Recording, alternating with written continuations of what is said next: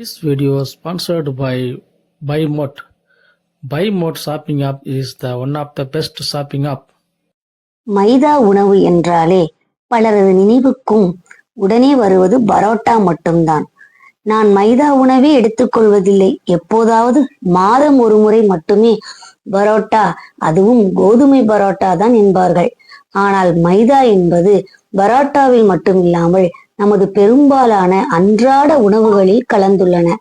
உதாரணமாக, பல மருத்துவமனைகளில் நோயாளிகளுக்கு கொடுக்கப்படும் பிரெட்கள் மைதாவால் செய்யப்பட்டவையே. இளைஞர்கள் மத்தியில் பிரபலமாக இருக்கும் பீட்சா, பர்கர், பாஸ்தா, நூடுல்ஸ் ஆகிய உணவுகளில் இருப்பது மைதாவே.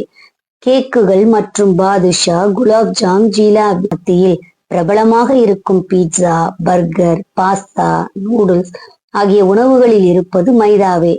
கேக்குகள் மற்றும் பாதுஷா, குலாப்ஜாம், ஜிலேபி, சோம்பப்புடி போன்ற பல பிரபலமான இனிப்புகள் மைதா இல்லாமல் செய்ய முடியாது.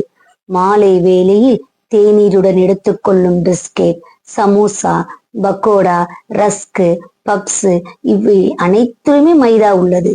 இப்படி இருக்க தினமும் ஏதேனும் ஒரு வகையில் நாம் மைதாவில் செய்யப்பட்ட உணவுகளை எடுத்துக்கொள்கிறோம். நீண்ட காலமாக மக்கள் மனதில் பதிந்துள்ள ஒரு விஷயம் மைதா உடலுக்கு கெடுதல் என்பதுதான். அது உண்மையா? மைதாவின் மூலப்பொருள் என்ன? கோதுமை, மைதா, ரவை எல்லாம் ஒன்றுதானா? யாரெல்லாம் மைதா உணவுகளை கண்டிப்பாக தவிர்க்க வேண்டும்?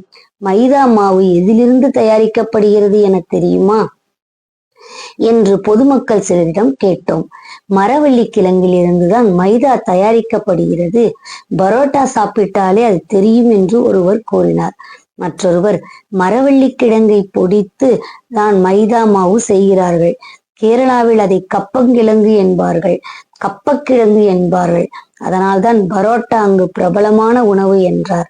எதிலிருந்து வந்தால் என்ன, மைதா கண்டிப்பாக உடலுக்கு கேடு என்று சமோசாவை சாப்பிட்டு கொண்டே ஒரு இளைஞர் கூறினார்.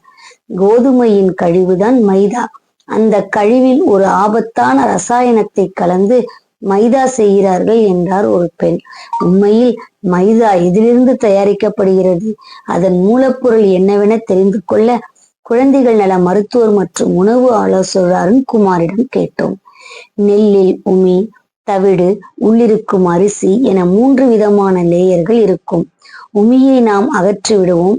தவிடுடன் இருக்கும் அரிசியைத்தான் பிரவுன் அரிசி என்கிறோம். தவிட்டை நீக்கினால் பட்டை திட்டப்பட்ட அரிசி என்கிறோம்.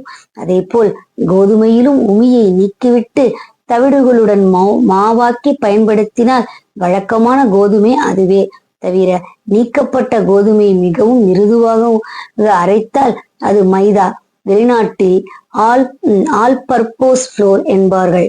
மைதா என்பது பாஸ்மதி அரிசி போன்ற ஒரு அரிசி வகைக்கு சமமான ஒன்றுதான் என்றார் மருத்துவர் அருண்குமார். மைதா என்பதே அதன் வெள்ளை நிறத்திற்காகத்தான் அறியப்படுகிறது.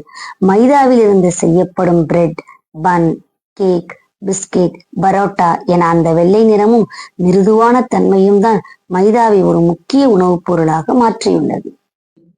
இதற்காக குளோரின் வாயு, பென்சாயில் பெராக்சைடு போன்ற சில ப்ளீச்சிங் ரசாயனங்களை பயன்படுத்தப்படுகின்றன. இந்த ரசாயனங்கள் எந்த அளவில் பயன்படுத்த வேண்டும் என சில கட்டுப்பாடுகள் உள்ளன. அது சரியான அளவில் கடைபிடிக்கப்பட வேண்டும். வச்சு எனக்கு தெரியாத 42 தான் சாப்பிட்டேன்னு. முடியாது. நீ கல்லாட்டாடங்க, நான் ஒத்துக்க மாட்டேன். நான் சாப்பிட்டேன். எல்லா கொட்டி அழிங்க. நான் முதல்ல இருந்து சாப்பிடுறேன்.